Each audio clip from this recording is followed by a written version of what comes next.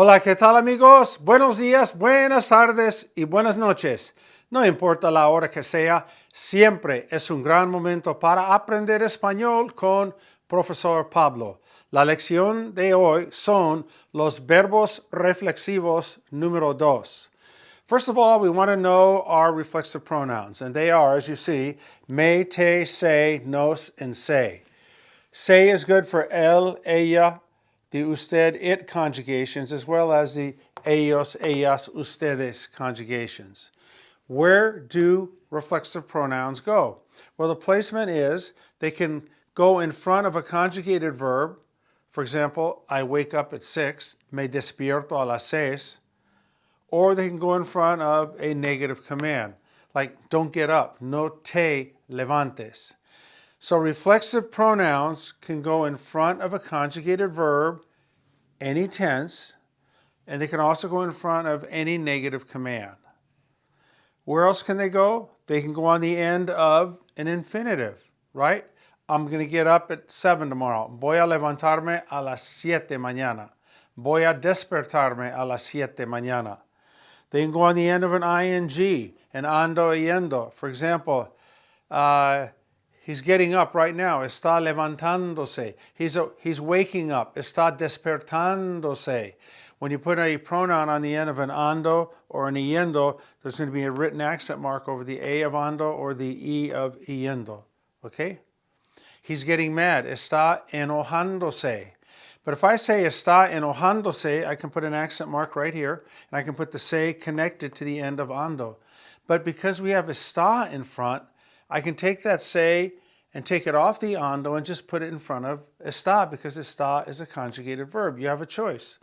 Está enojándose attached to the ando, or se está enojando in front of está, the conjugated verb. And finally, they can go on the end of positive commands, like get up, levántate, sit down, siéntate, right? Take a bath, bathe, bañate, wash your hands, lávate las manos. So let's review. Our first cluster is to remind us that the reflexive pronouns are me, te, se, nos, and se. We know that se is good for él, ella, usted, it, ellos, ellas, and ustedes. We know that reflexive pronouns can be put either in two places.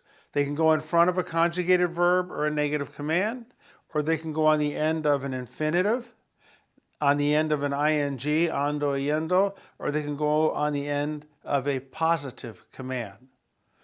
All right, so let's take a look at our piano keys. This is the verb numbering system. Remember, there are only 10 things you can do to a verb. Any verb that's said, spoken, written, or read is going to be falling into one of these 10 categories. Verb number 0 is the infinitive. That's the AR, ER, and IR form of the verb. Verb number 1 is the ING, the ando, yendo. Verb number 2 is the ado, ido, the past participle form, the ED equivalent in English. And notice, we didn't talk about ado, ido here because the reflexive pronoun cannot go directly in front of a past participle, nor can you attach it to it. So be careful with that. For example, if I want to say he has gotten up, I would have to say, se ha, H-A, se ha levantado. I can't put the se on the end of levantado. I can't put the se in front of levantado. So ado, ido is not an option for a reflexive pronoun, either directly in front or attached to the end. Verb number 3 is your present tense. Verb number 4 is the preterite, a one-time thing. Something happened, it's over, you did it, it's done. Imperfect, you're referring to an action that you used to do all the time or you would do in the past, right? Or something that was happening. Future is will, what will happen. Conditional is what would happen if you had the opportunity, if you could, what would happen today, tomorrow, or in the future. Then we have our two subjunctives. So reflexive verbs can be present in all the verb tenses, right? We can use reflexive verbs with infinitives, okay? If we have a reflexive verb with an ing, then you know that it's got to go on the end, the pronoun, or it can go in front of a conjugated verb in front of the ing. In ado, ido, we know that we can't put it on the end and we can't put it directly in front of it either. So now we're going to do some practice. We have some verbs here that are reflexive verbs. Callarse is to shut up, like yourself, or a person to shut up, a dog to shut up. Without the reflexive pronoun, callar would be for you to shut somebody else up or to quiet someone down. Callarse means to shut up or to quiet down. Acostarse is to lie down or to go to bed at night, right? If you don't use it reflexively, if you're acostando, you're going to acostar somebody else, right? You're going to put somebody else to bed. Sentarse, right, is to sit down. Vestirse, to get dressed. But if you're going to dress the kid or the baby, you'd use it non-reflexively. Voy a vestir a los gemelos. I'm going to dress the twins. Let's say they're 1 year old. Enfermarse is to get sick, okay? But you don't want to get somebody else sick by passing on a virus or something. You say, no quiero enfermar a nadie. I don't want to get anyone sick. That's using enfermarse non-reflexively. Divertirse is to have fun, right? But if you want to say, I'm going to divert the people, in other words, we don't say I'm going to make fun for the people, but you're going to divert the people. You're going to have the people have fun. You say, voy a divertir a la gente. In other words, I'm going to entertain the people. Voy a divertir a la gente. Preocuparse is to worry, right? Me preocupo mucho. I worry a lot, right? But if you want to say, I don't want to worry mom, no quiero preocupar a mamá. It's used non-reflexively. That was our prior lesson. Sorprenderse is to surprise yourself, right? Because of something. Sorprender without the reflexive pronoun would be to surprise someone other than yourself. Enojarse is to get mad, to get upset, to get angry. Me enojé, I got mad. Okay? But you want to say, ay, no quiero enojar a mamá. No quiero enojar a mamá. I don't want to get mom mad. So remember our prior lesson. When you use the verb reflexively, the action of the verb is happening back to the subject, happening back to you, happening back to the subject. When you use it non-reflexively, the action of the verb is happening to someone or some other thing. Okay? All right, let's do some practice here. Let's take callarse with an infinitive. He doesn't want to shut up. He doesn't want to quiet down. No quiere callarse. If I want to say they're quieting down, like the kids, se están callando, or I could say están callándose and put the se on the end here. How about with an ado ido? Let's go with callado. They have quieted down. Los niños se han callado. That's the only place I can put the se. I can't put it in front of callado or on the end of it. It has to go in front of the H-A-N. Los niños se han callado. He doesn't want to shut up. No quiere callarse. He quieted down. He shut up. Se calló. Oh, no quiere callarse would be infinitive. Let's go back here. No se calla. He doesn't quiet down. No se calla por nada, por ninguna razón. No se calla. Preterite, no se calló. He didn't shut up. He didn't quiet down. Imperfect. No se callaba. No se callaba. He wouldn't get quiet. Se callará. He will get quiet. He will shut up. Se callará. I wouldn't be quiet. I wouldn't shut up. I wouldn't be quiet. Yo no me callaría. No me callaría. We want the kids to quiet down. Queremos que los niños se callen. We wanted the kids to quiet down. Queríamos que los niños se callaran. So just know that your reflexive pronoun goes in front of a conjugated verb, can go on the end of an infinitive, can go on the end of an ing. It can't get anywhere near to the ado, ido in front of it or attached to the end of it. In front of a conjugated verb, it's going to go in front. And of course, we're not doing commands. Our next lesson is going to be reflexive pronouns with commands. We'll talk about those in the next lesson. Let's take the verb acostarse. I'm going to go to bed. Voy a acostarme. Attach it to the end, or I could put it in front. Me voy a acostar. Where's mom? ¿Dónde está mamá? She's going to bed. Está acostándose. Está acostándose. She's washing up. She's washing her face. Se está lavando la cara. Está lavándose la cara. Let's look at some other verbs. Vestirse. Well, we know vestirse is an E to I stem changing verb. It's going to change in verb number 3, present tense, and verb number 8, present subjunctive, and it changes in all forms. So she's getting dressed. Se está vistiendo or está vistiéndose. Okay? Se viste. She got dressed, se vistió. She was getting dressed, se vestía. She will get dressed, se vestirá. She would get dressed, se vestiría.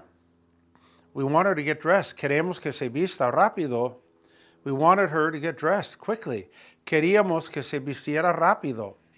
So you get the idea. Reflexive pronouns go in front of conjugated verbs. That's the most common usage of reflexive pronouns going in front of a conjugated verb. If you have a conjugated verb and an infinitive, like I want to sit down, you could say quiero sentarme or me quiero sentar. You have a choice, right? Because you have a conjugated verb, quiero, and then you have an infinitive, sentar. So it could be quiero sentarme or me quiero sentar. Let's go with sentarse. You hear it all the time, siéntese. S-I-E-N-T-E-S-E. We know that the O to U-E and the E to I-E stem changes in the 3 and the 8, the present and the present subjunctive, and it happens in ABN, all but nosotros. So, you want to tell an usted person to sit down. Our next lesson is commands, but today we'll tell you it is siéntese. Sit down to a group of people, siéntense. Those are positive commands, right? And the pronoun is going on the end. If I want to say, don't sit down to a friend, no te sientes, no te sientes. Don't sit down, then it goes in front of a negative command. Let's go with enfermarse. I'm getting sick. Well, you could say, me estoy enfermando or estoy enfermándome. Let's go with preocuparse. Mom is worrying. Mamá se está preocupando or mamá está preocupándose. When you have an ing, it can go on the end. You got to go back and put an accent mark on the A if you're writing it, or on the E. Of course, it could go in front of the conjugated verb. Sorprenderse. Okay? We got surprised. That would be nos sorprendimos in the preterite. Nos sorprendimos. We got surprised. We get surprised all the time. Nos sorprendemos. Todo el tiempo. Nos sorprendemos. Enojarse. I got mad. Me enojé. She gets mad a lot. Ella se enoja mucho. Okay, the lesson again is not to teach all these verb tenses. We've certainly done that. But it's a review. It's a good practice. It also is showing us our 10 piano keys for the Spanish piano, right? This is the verb numbering system. We have 7 verb tenses, 2 are subjunctive, 5 are what we call indicative, and then we have the non-verb tenses. We have the infinitive, that is the AR, ER, or IR form of the verb. Then we have the ING, ando, yendo, and we have the past participle, hado, ido. Those are your 10 verb numbers, 0 through 9. And we know now that the reflexive pronouns are me, te, se, nos, and se. And now you should know, if you have a reflexive pronoun, where can you put it? The most common usage would be in front of a conjugated verb. You can put it also in front of a negative command, like don't sit down, no te sientes. They can go on the end of an infinitive. I want to sit down, please. Quiero sentarme, por favor. Or you could say, right here, in front of the conjugated verb, me quiero sentar. We know they can go on the end of an ing, like she's getting sick, está enfermándose, or you could do it right here, se está enfermando. And then finally, it goes on the end of a positive command. Sit down, siéntate. So we know what the reflexive pronouns are. We know where to put them, how to use them. We know that there are 10 verb numbers, 0 through 9. There are 7 verb tenses, and then we have the infinitive, the ing, and the ed, the past participle. We know that reflexive verbs, when you use them reflexively, the action of the verb is happening right back to the subject. It happens right back to the subject. If you take the say off and use most reflexive verbs non-reflexively, the action of the verb is happening to someone or something else. So that's it. Reflexive verbs, it's very simple because a reflexive verb is a verb. Simply, it's a verb. You conjugate it. You know your verb conjugations for all your different tenses and such. That's how you conjugate the verb. You just need to know where to put the reflexive pronoun. Is it going to go in the front of a conjugated verb or a negative command? Or are you going to put it on the end of an infinitive, on the end of a positive command, or on the end of an ing? And that's it. There's a lot on the board here, a lot of cluster work, but it's very simple. Okay? Okay, hopefully this helps you with reflexive pronouns, where to place them. Okay? Gracias. Hasta la próxima lección. Tengan un gran día. Bye-bye.